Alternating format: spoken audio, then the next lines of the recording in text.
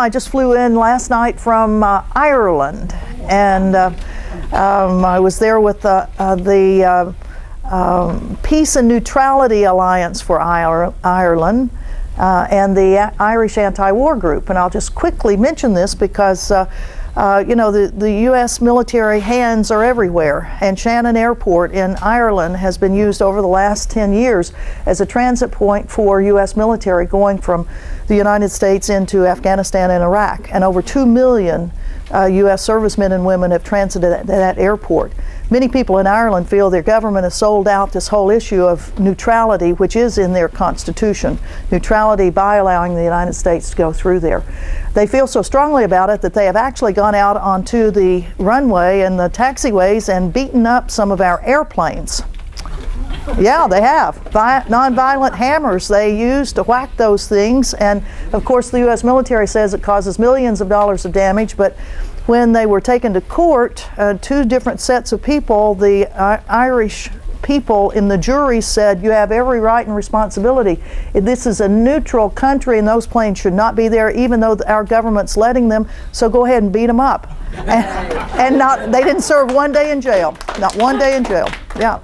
So I think we need some Irish juries over here because we seem to be having people sitting in jail. In fact, we've got one person right now who is in jail for 6 months for putting one toe over one line at Whiteman Air Force Base in Missouri. And another fellow who actually did the same thing was in jail for 4 months.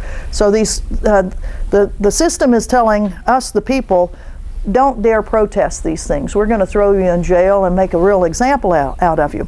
Now, the hearing for those 8 of us that got arrested a week and a half ago at the Brennan hearing for standing up, and since John Brennan is a part of extraordinary rendition or kidnapping people all over the world, torture, enhanced interrogation techniques, you know, and now is one of the chief architects of the United States assassin drone program. He is as a special advisor on counterterrorism to the president, and one of the ones as Rusty mentioned, is a part of one of the most horrific things that I think we have gotten they have gotten themselves into on war criminal actions, where the President of the United States in his kill list is now the prosecutor, the judge, the jury, and the executioner of people in Afghanistan, in Pakistan, in Yemen, and in Somalia, and to include American citizens. 3 American citizens have been murdered, executed in the country of Yemen.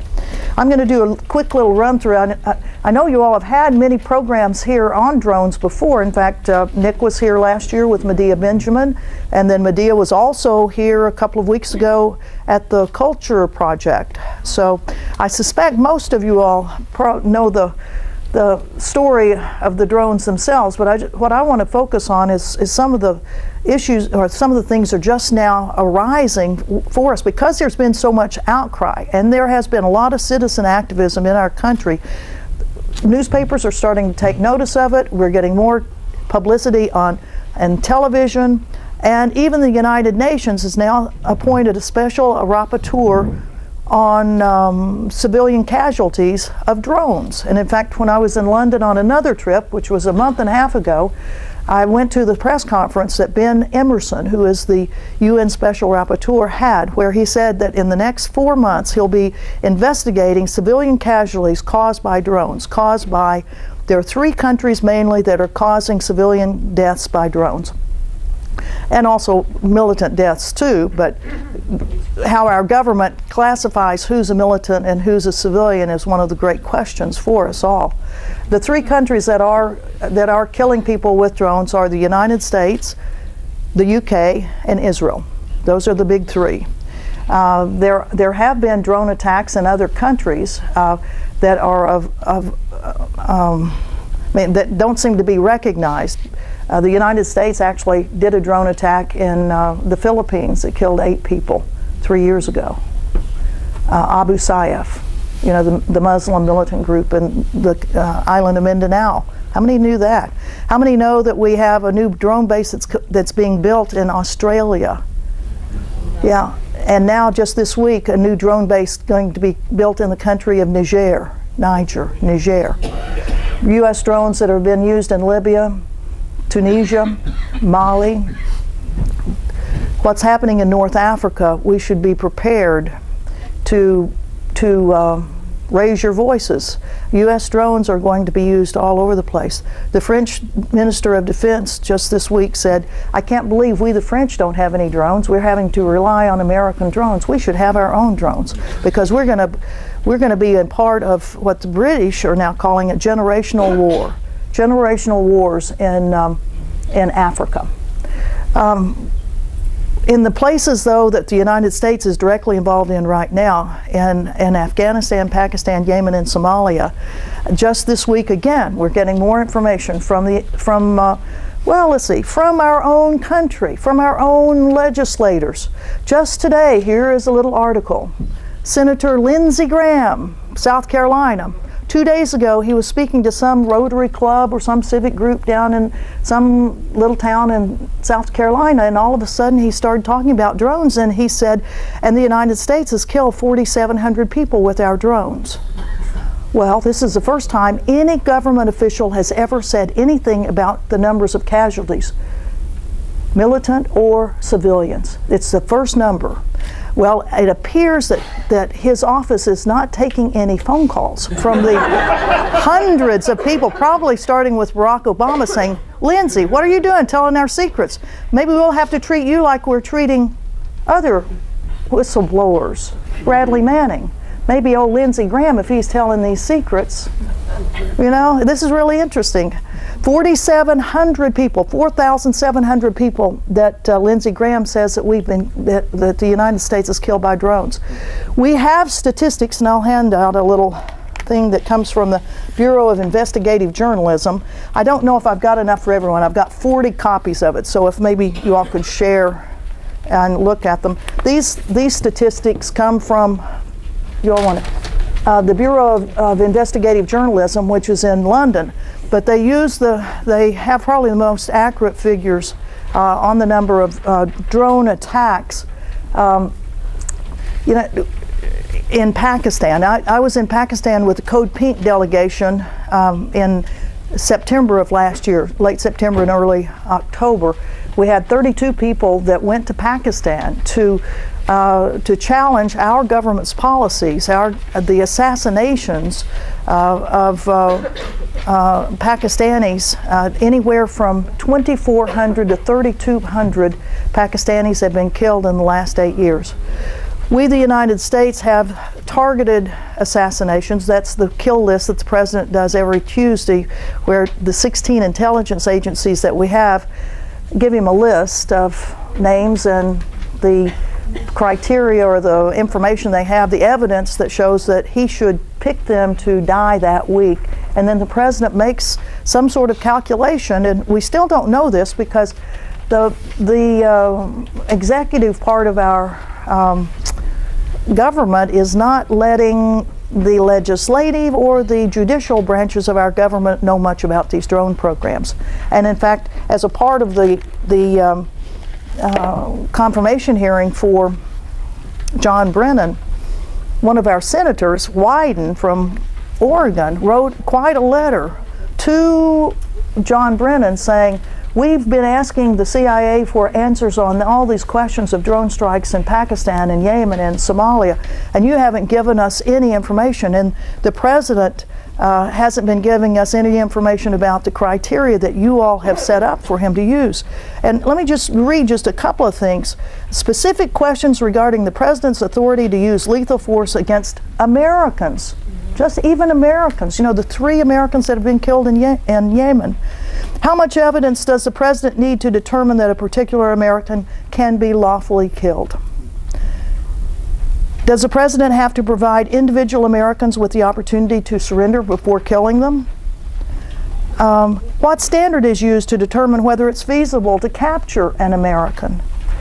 What is the legal basis of the intelligence community's lethal counterterrorism operations, and how does it work into this authorization for the use of force, which is the overarching thing that says that America can be at war forever? The authorization to use military force against anybody designated as terrorists. I'll pass out these questions too, because these are things that we should be watching for as further confirmation hearings on Brennan happen. I mentioned the United Nations. The UN just this week has put out a report on civilian casualties in Afghanistan and categorizing them by the method by which people were killed. And for the first time, they have now put the category of drones in there. Drones. They say that 4,700 Afghans were killed last year. Most of them, they say, 81% of them were killed by the Taliban, 21% by international forces. Of the ones that were killed by international forces, drones killed 16, they say, 16 civilians. This is in 506 drone strikes. In Afghanistan, the United States last year, 2002, had 506 drone strikes. We don't know how many militants were killed, but the UN figures say 16 civilians were killed and 3 were injured. I think this is a super low number, because do you know how many drone strikes we had last year the United States did in Pakistan? I mean, that's where the big uproar is, isn't it? We never hear about drone strikes in Afghanistan. Last year there were 48 drone strikes. Only 48. And yet there were 10 times, 12 times more drone strikes in Afghanistan. So on this page that I handed out, I actually had created that page of numbers about a month ago when we had no information at all on drone strikes in Afghanistan. So we now know that the UN is at least calculating 16 people killed in 2012. In 2011, they say there was one civilian killed by drone strikes. I think their figures are totally off. So what we have to do is to continue to put pressure on organizations to try to come up with figures, but it does show, we do know from our own Lindsey Graham that somebody told him that there are 4,700 people that have been killed. So one of the things we'll be doing now is going to his office probably on a daily basis to say, give us the figures, Where did you get those figures? Because he got them from somewhere, and I can guarantee you, if we have the surveillance ability with these Predator drones to be watching what we are doing as the United States targets and kills people, they loiter above those hits, and they start counting out bodies being brought out, and they also sometimes kill the rescuers. You've heard about that, where we are on a second strike, we are targeting the rescuers, and then if they finally get to go to bury the people that have been killed in these, we the United States have attacked the funeral parties. I mean, it is a sordid thing. So America firing drones in Afghanistan, Pakistan. Afghanistan done by the U.S. military, Pakistan by the CIA, Yemen and Somalia, combinations of the two. Let me mention the other country that, Great Britain last year had, Great Britain has fired 374 drone strikes in the time it's been in Afghanistan. There are no figures at all on how many people have been killed with those. Israel, in the last 8-day attack on Gaza, which was in November of last year, November 2012, by using the data that 2 human rights groups in Gaza, both the Palestinian Center for Human Rights and Al Mazen Center for Human Rights, they both had a day-by-day, almost hour-by-hour listing of military attacks in Gaza by all sorts of military armaments, whether it was F-16s, drones, whether it was helicopter gunships, whether it was naval bombardment or whatever. So I took all those lists and went through them, and it turns out that there were 91 drone strikes in that 8-day period. There were 36 people that were killed by drones. 12 of those people were what one of the two organizations has said was a member of an armed group or a militant. I just used their terms, and wasn't necessarily both of the organizations saying that that person was a militant, but even if one of them said it, I counted them in. So that means that 24 people were civilians. 2/3 of the people that the Israeli drones killed were civilians.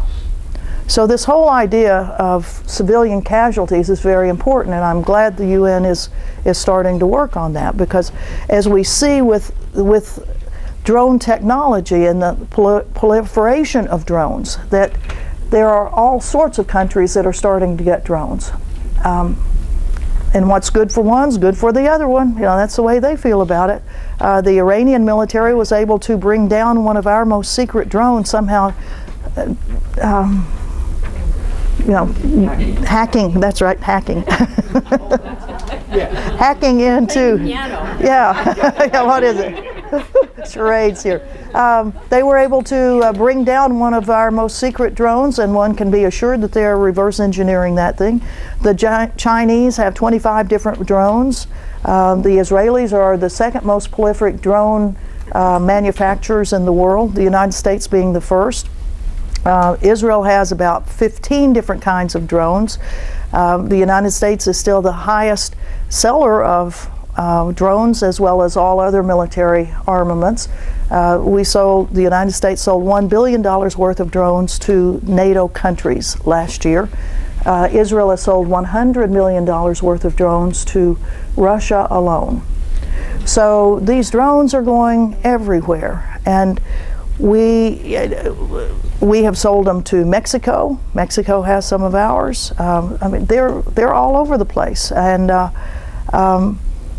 as far as our national security and these things go, I think that's one of the points that the people our friends that are going out to all of our military bases and putting up signs saying, these things are dangerous for us too. That it's so easy to use these things that our own military bases should be thinking, what if somebody tries to attack us with one of these little things? Because it doesn't take much, and the smaller drones are available commercially. It is having a little impact, these protests are, because up in Syracuse, New York, the commander of the drone outfit up there has now gotten an injunction against us. An order of protection. An order of protection against us. None of us have ever even met him. We don't know what he looks like. But somehow this idea that these protesters are telling him he's a danger to the community. He is causing danger to the community. And now he's got a protective order against us. Well, there's a lot to the drone program, a lot going on here, and if we keep track of it on a day-to-day basis, it's surprising how much stuff is coming out in the newspapers, but it's really up to us if we want our nation to stop using these things, stop assassinating people around the world. Our voices need to be heard, and this next week or so down in Washington is going to be a critical time on the confirmation of John Brennan. So whatever you have, time you have to be calling up the members of the Senate's Committee on Intelligence, calling up the people that are sitting on the drone caucus. We've got something like 58 members of the House of Representatives that are on a drone caucus. They've been getting money, one would think, from the drone manufacturers. Get in touch with all of them. This is a critical time for us right now.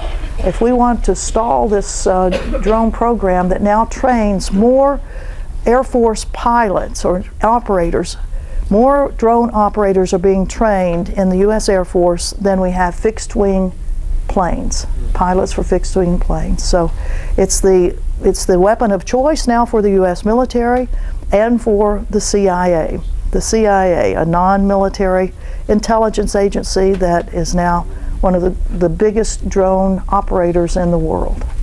So so with that, why don't I stop with that and then turn the floor over to Nick, and then we have plenty of time for questions.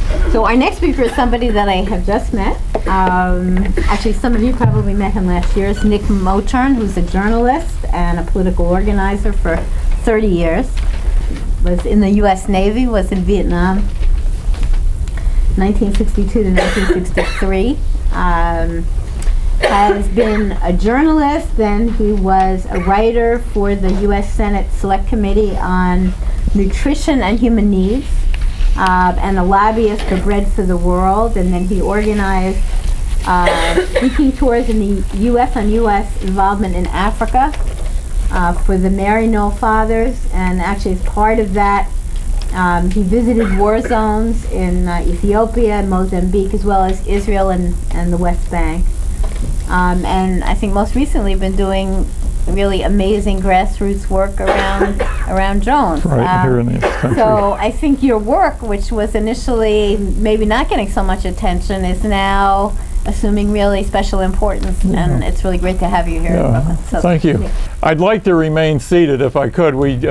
George Gersey is a colleague of mine standing up there, and he and I just loaded up a drone replica. They're about 8 feet long in a crate and sent it out to people in San Diego who are demonstrating at the drone maker General Atomics. But in the process, I popped a little muscle in my back, and so it will be easier for me, and you won't have to say that poor guy's standing up. You know, why is he bent over like that?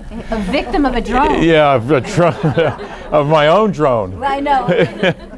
Yeah, and so George and I, this last year, 2012, had the opportunity to visit a number of congressional districts where the congressperson was a member of the Drone Caucus in the House of Representatives. And in the House of Representatives, these group of 55 act as lobbyists for the aerospace drone industry.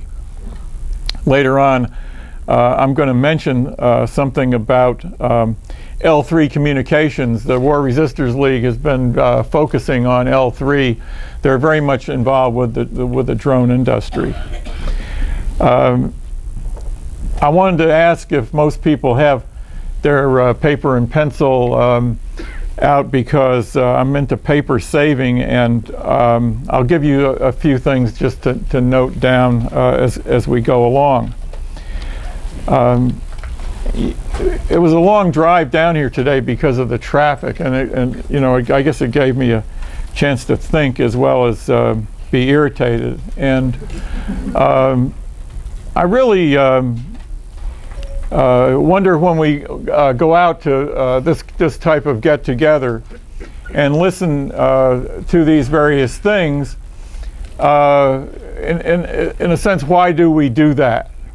And what I'm hoping is that the information that we give tonight will not be viewed as information from some special people who have some special knowledge, but information that any of us here can gather. And we're touching on certain things, but I want to just say that there's a profound need at this time in this society, in this city, for people to make a decision about whether they're going to try to put a stop to certain things so that other things can happen. It may be that drones isn't that thing for you, but I think we're in a time where the normal course of events and normal politics is not getting the job done. And I think I'm 75 years old. I think most of us in this room have been through a number of times that are similar to this, but I think with the advent of these drones, this is a very different and peculiar situation that's beyond my own experience. And I'm going to talk about the domestic aspect of drones, meaning here in this country. As we go through this, I think that the question that I keep asking is, what kind of a life do we want to live in, and what kind of a place do we want to be in, and how emotionally and spiritually do we want to think about each other, and what climate, what's the environment we want to live in, and what are we in the middle of, what's happening around us. The drone technology that can be, and in some cases is being applied in the United States, is one where an airplane of one kind or another, or an airship, can stay aloft for 20 hours, in some cases weeks on end. There's experimentation going on at Lehigh University with an airplane that will be controlled by mechanisms that are sun-powered, but it will have no motor, and it will be able to coast through the thermal streams indefinitely. And one of the reasons they want to do this, they feel this will be good for surveillance. So and you can go through and read a lot on the internet about drone surveillance. A couple of salient points. Radar are now being developed for drones that are particularly suited for cities, that will be able to get and image underneath overhangs and in alleys and places that current types of drone cameras can't easily access. Drones are being developed drone surveillance cameras that can see through foliage, so that people can no longer, go underneath trees and bushes and get out of the way.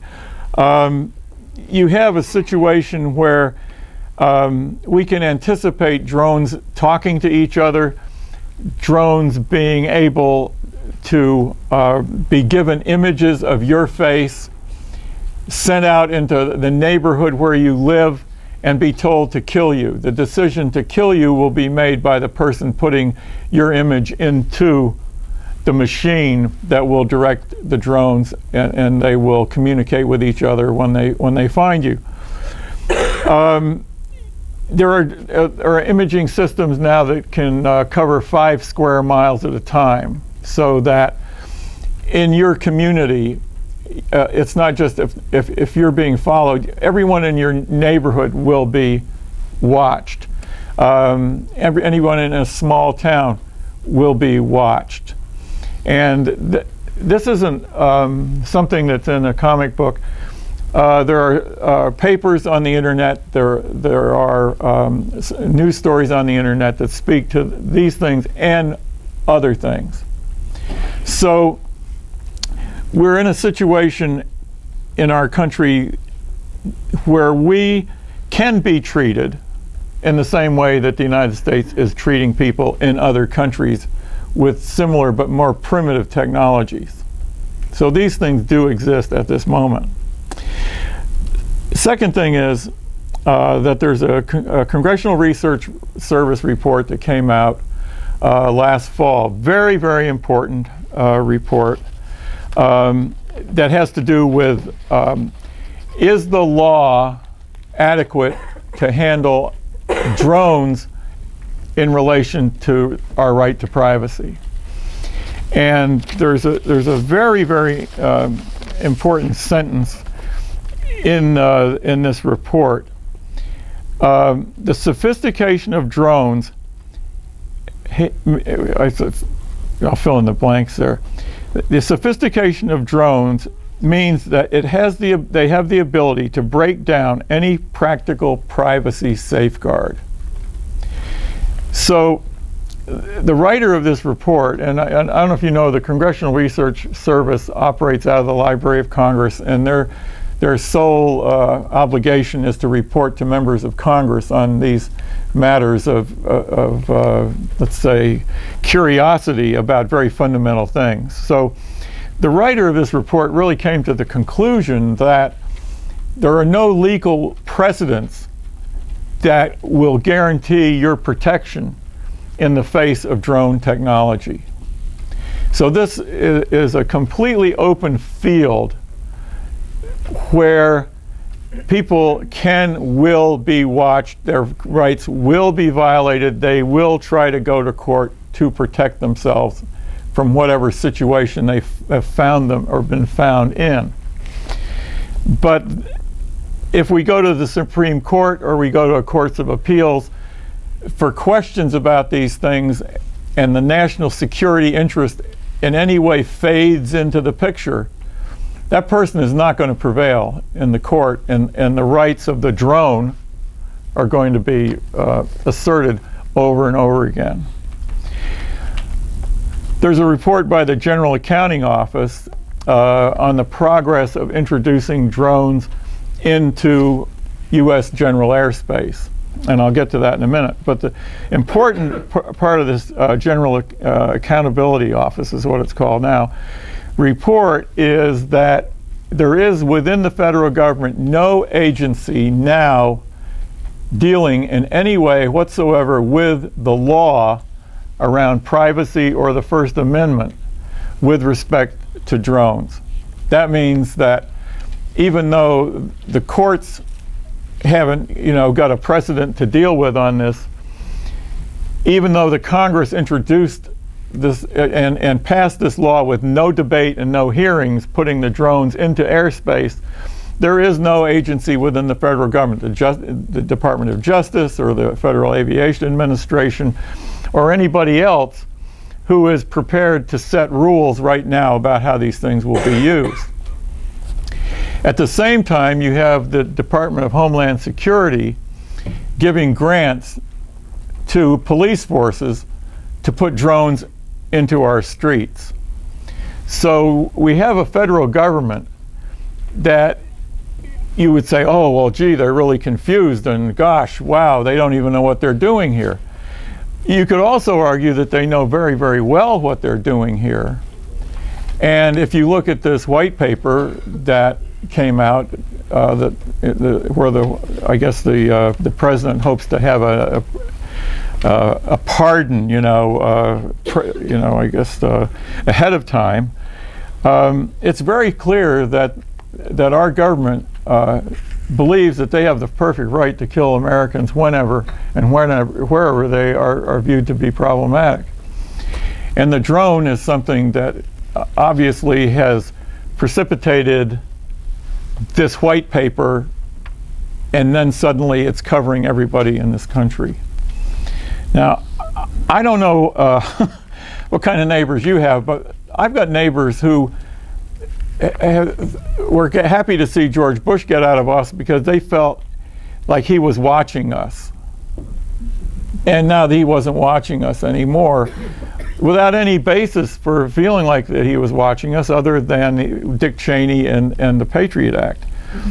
But what we have here is something that structurally is made to watch us, where the government is stepping way back and letting all of this happen and leaving it up to local governments to try to protect their own citizens. And so in Charlottesville, Virginia, 2 weeks ago, the city council, voted no drones and no weaponized drones, which was awesome, because it's a case where it's not just states' rights now that are being asserted, it's the right of people to say, I'm drawing the line, and let the federal government, address that as my right. Now, there's a long history in this country of all governments persecuting black people.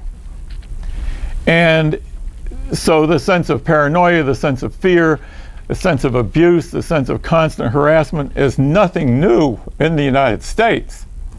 But it is new for white people in the United States. And it's something where we have to ask, not only do we want this, but what are we involved with? And my opinion, I guess, because there's a list here of all the certificates that have been given for drone operations in the United States, and if you look it over, you find that there's 80 some places where they've asked to fly drones, and and being given certificates, including, of course, the Air Force, the Army, the State Department, the FBI, the Marine Corps, the Navy. And then you get a whole bunch of universities, and then you get 17 police forces, where there's absolutely no indication that there's any need for this stuff, but yet this is very popular.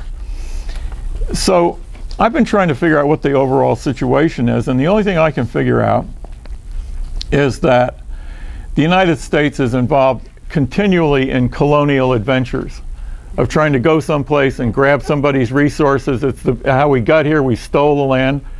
Then we stole people from Africa to develop the place.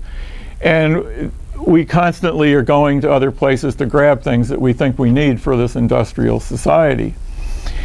And I think what's happening in this country now is it's harder to get this stuff, so now we've started to eat ourselves. I mean, this fracking thing is really where we will, to satisfy some corporate notion of progress, we will destroy the water system and whatever else in the environment to get at this gas. We will plunder, the northern tier of Canada to get oil, pipe it into this country, and then destroy the land that way. So this is a colonial adventure where we're eating ourselves. The French are helping us because they won't frack in France, but they will invest in fracking in the United States, billions of dollars. When we did sanctions against Iran, it was a big deal for the fracking industry because that increased the demand of gas coming from underneath the United States. So if people here get the idea that we should stop this analysis of empire, that it's a failed experiment, and not be fracking and not be using oil and getting rid of automobiles and demanding people have their rights, I think that's where the drones come into play. We saw this with Occupy Wall Street, where there was a concerted plan to deconstruct and destroy the morale, the structure, the presence of Occupy Wall Street. There's absolutely no question that happened. And to see these drones in any other way than as part of a structure to control the population in this country, I think misses the point completely. I don't think there's any other way to put a stop to this than if people make a decision they're going to do that. Because we can't rely on our elected officials to do this for us. There's this notion of, well, let's have a court where we'll have a couple of judges and say, gee whiz, that guy from War Resisters League, gee, he's been hanging around with certain people, and so yeah, he should be assassinated. And we're going to leave that up to 3 people on a panel instead of saying no, it's just wrong to assassinate people. There's a sign back there, a very good one, right? Assassination is wrong. So I think we're really facing something that is so stark and so upon us that we can't look at it, in my opinion, like just a normal political problem that time will take care of or this will go away, because it's really down to us. Thank you. Thank you. There are some suggestions in the op-ed pages of the Times that there be a court, maybe inside the executive branch, which is not a court to me. That's like, like a rationale. But there was a wonderful quote by Bishop Tutu. I don't know if any of you saw that, in reference to this concept that, oh my God, they have legalized the killing of Americans without due process. And so Bishop Tutu said, do the United States and its people really want to tell those of us who live in the rest of the world that our lives are not of the same value as yours? That our lives are not of the same value of yours? That President Obama can sign off on a decision to kill us with less worry about judicial scrutiny than if the target is an American? Would your Supreme Court really want to tell humankind that we, like the slave Dred Scott, in the 19th century are not as human as you are. I cannot believe it. And really, I mean, it should take Americans' breath away, the idea that assassination now is a legal international tool. How did we get to this point in time where the idea that a country can go and assassinate people without, and justify it somehow? So I'm not going to get into that. The questions will answer it. We had two wonderful speakers. On top of those questions, and it was alluded to because you said that we sold $1 billion worth of drones. That is certainly a motor force behind this whole thing also. This will be a new, huge boondoggle. The police departments are lining up, the military is lining up, private industry is lining up, and industry is ready, willing, and able to serve them. And by the way, that drone caucus, if you can believe that such a committee exists in the House of Representatives called the Drone Caucus, on their website says it is our purpose to serve the industry. It says it right there. They're proud of it. Who ever heard of a congressional committee serving an industry, being the voice of the industry in Congress? It's unbelievable. It's scandalous. It's outrageous. I think there is a reason why Barack Obama, when he became president, said, let's look forward, not backward, that he wasn't about to prosecute George Bush for kidnapping, extraordinary rendition, for torture. Now we know why. Well, and I think all these presidents, they take all the space that the people will give to them. And there are other countries that are doing a better job in curtailing the travel movements of George Bush, Dick Cheney, Donald Rumsfeld. There are places they can't go now. And I would think that probably as Barack Obama leaves office, he'll find that there are some places that he can't go to. But really, we should be doing it ourselves and trying to find that one prosecutor in the United States of America that will bring charges against all of these people with the evidence that's already there about their criminal activities. You want to respond to some of the questions? Yeah, I'll just try to go down the list really quickly. The question of what's behind the fear, I think, is something that's a very deep question, but there is a situation where I think fear is being used to exploit and to attack people all the time for financial reasons around the world. So I just would respond that this fear is generated by this government. Empathy is suppressed by this government, which in a way is the flip side of fear. They do not want people to be empathetic about people in other countries. There's a great deal of censorship around the drone program, as we know recently about the bases, in Saudi Arabia. We know that there are huge questions about the drones that are not covered by the major press and only incidentally and sometimes very thinly by the alternative press. So there's many reasons that this fear exists as powerfully as it does. So that would be my comment on that. I don't know of any senators speaking up against drones or trying to stop drone warfare. Well, although Senator Wyden's whole list, it's not necessarily he's saying he wants to stop it, but he sure wants to know more about it. And one would hope that once he knows more about it, he will say, let's stop it. And with pressure from his constituents and everybody else, I mean, that's where the stopping comes from. When the senators know they're going to get voted out of office on an issue, then they might step up. Oregon. Oregon. But there are 11 other senators that signed a second letter using his as the basic one. Okay, fuel for drones, the Reaper and the Predator drone run on turboprop motors that use regular jet fuel, airplane gasoline. Some drones run on electric motors. There's a system now being worked on that will allow a plane to take off with a laser beam and shoot the laser beam up to the drone and refuel it, so that it can stay up there indefinitely. But the drones that we have now are very primitive, and they run on turboprop engines.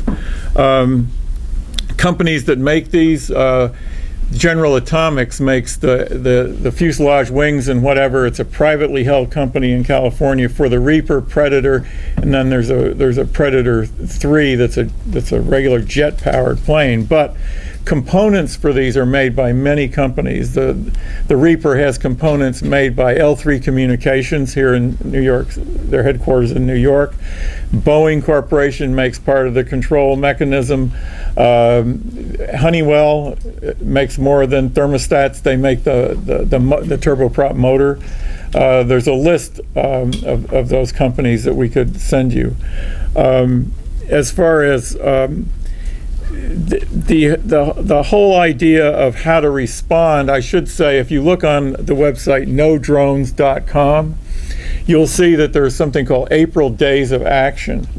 People here in New York City are going to be organizing things around Technion and Cornell. That'll be in the middle of April.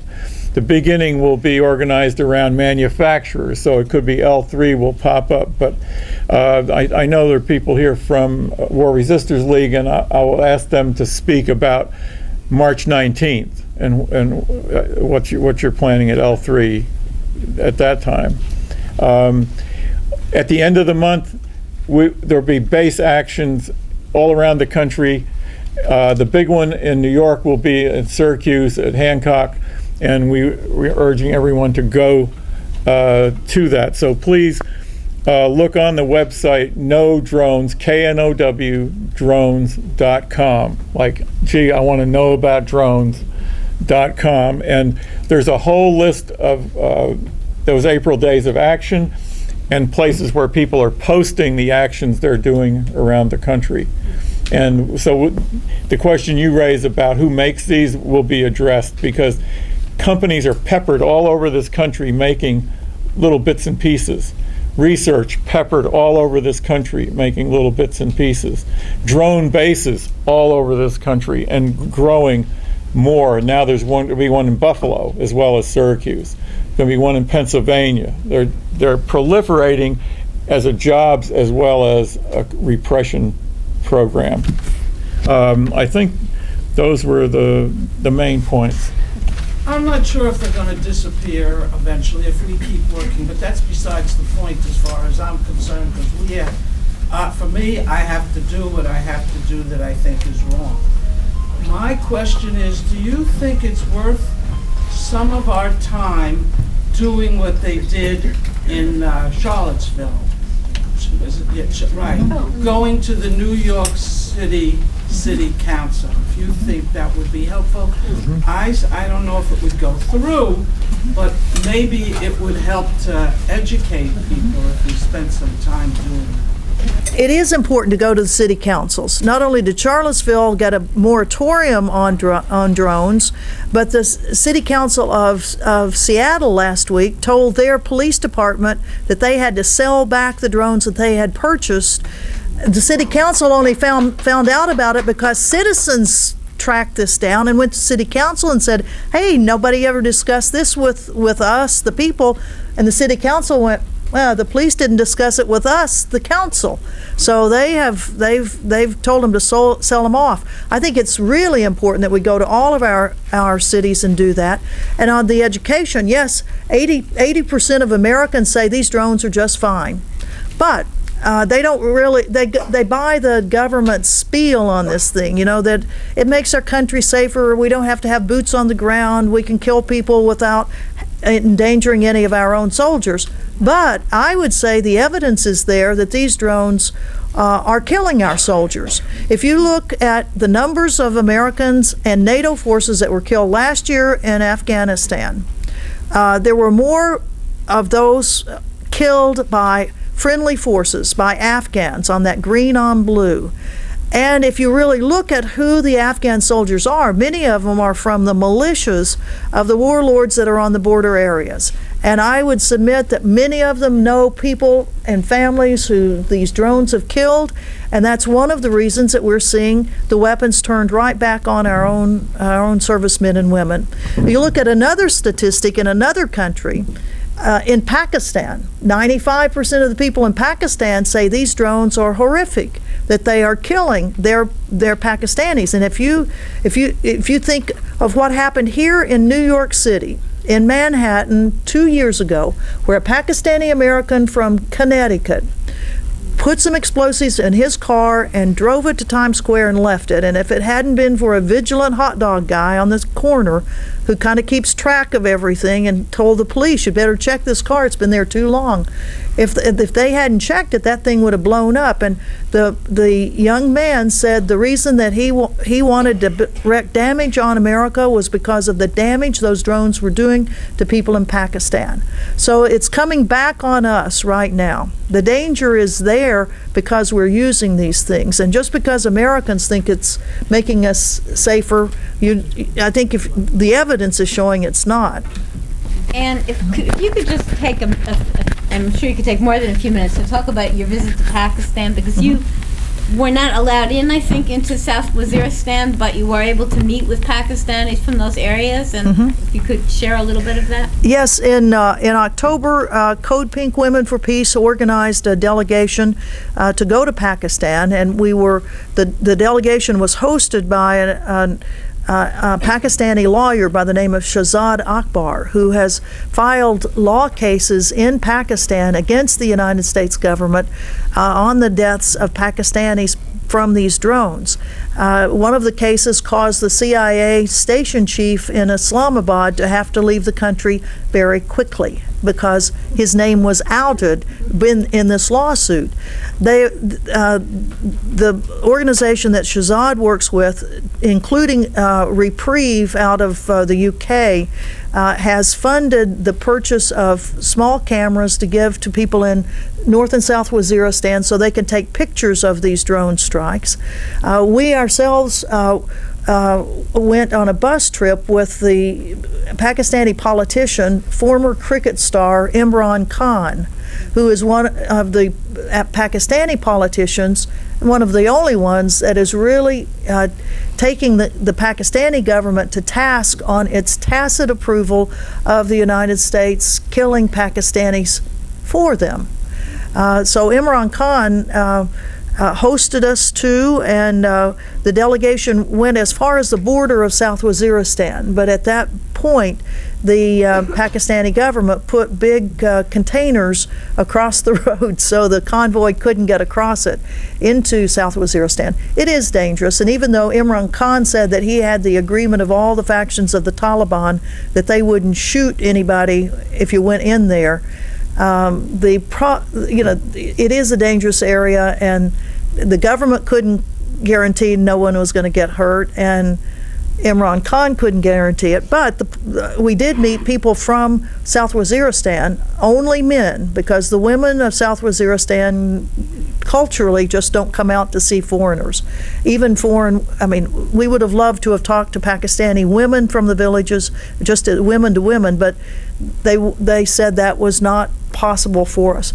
The men, though, that came to tell us about the horrific things that had happened in their families as drones had just blown up entire family compounds, or as in a conference that was held last fall, maybe the fall before, international journalists interviewed many of the same people that we were talking with about what had happened, including a young 16-year-old guy by the name of Tariq Aziz.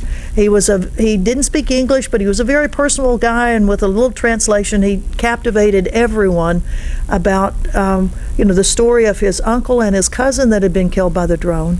And in particular, Nicholas Kristof, writer for the Times, is it? Yeah. Well, he wrote an article about this young man and the story he had.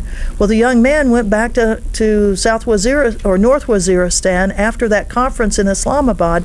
3 days later, the United States of America targeted him and blew him and his cousin up. Yeah. So the trip to Pakistan was very useful.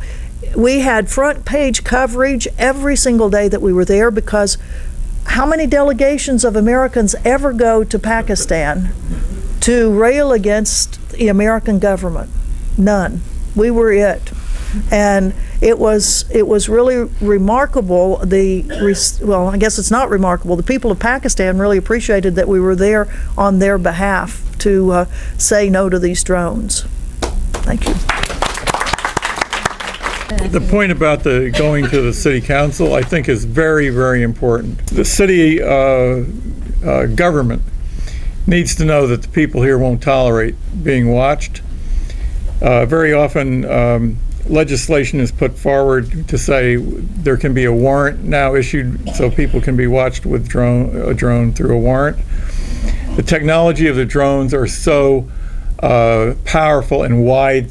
The vision is so widespread that it's virtually impossible to follow an individual with a drone without violating hundreds of people's civil liberties. In the city of New York, that's even more the case. You'll find if you do this, you'll probably hear from the drone industry. Things will become very, very clear about the nature of civil liberties in New York City as you pursue this. So I think it would be awesome if that happened. It's happened in smaller cities. It's happening in Berkeley, California now. They put it through police commissions, public safety commission. There's a big fight with the Alameda County, California sheriff who wants these things, and more people are turning out against this. If this would happen in a city the size of New York, it would put this globally on the agenda in a way that can't be done in these small communities. So if you all could do that, it would be an awesome thing, and it would open the window for people in this country to see what's going on in other places. And I want to speak to the spiritual question, because I've been involved with a group over the last several years that have tried to encourage clergy people to organize to speak out against not only these wars, but now the drones.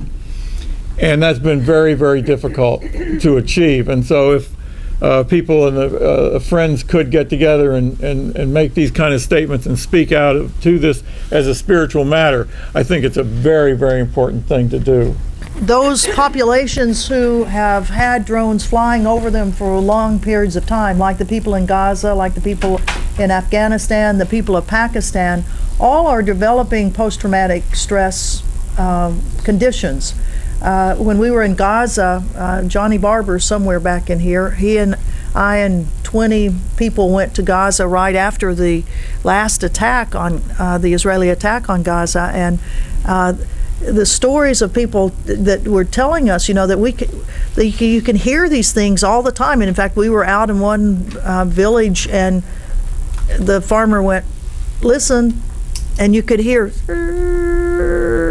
you couldn't see it, but the kids hear it. The kids know that it's there. The things that happen with this, with the nervousness, the bedwetting, the anger, the inability to cope with things, and we're seeing it in all of the places. In Afghanistan, Gaza, and Pakistan, all of the populations are suffering through this. You ought to talk to Nick about what they did to the clergy of Hudson Valley. Over a period of, what, a year? 3 years. 3 years, they visited once a month or so. About 30 churches. 30 churches, and then they wrote up what happened as they walked into the church with their banner of "Who would Jesus bomb?" or whatever. A lot of different banners. But it was, the stories of what the clergy and the congregations did to them as they went in, just to say, think about this.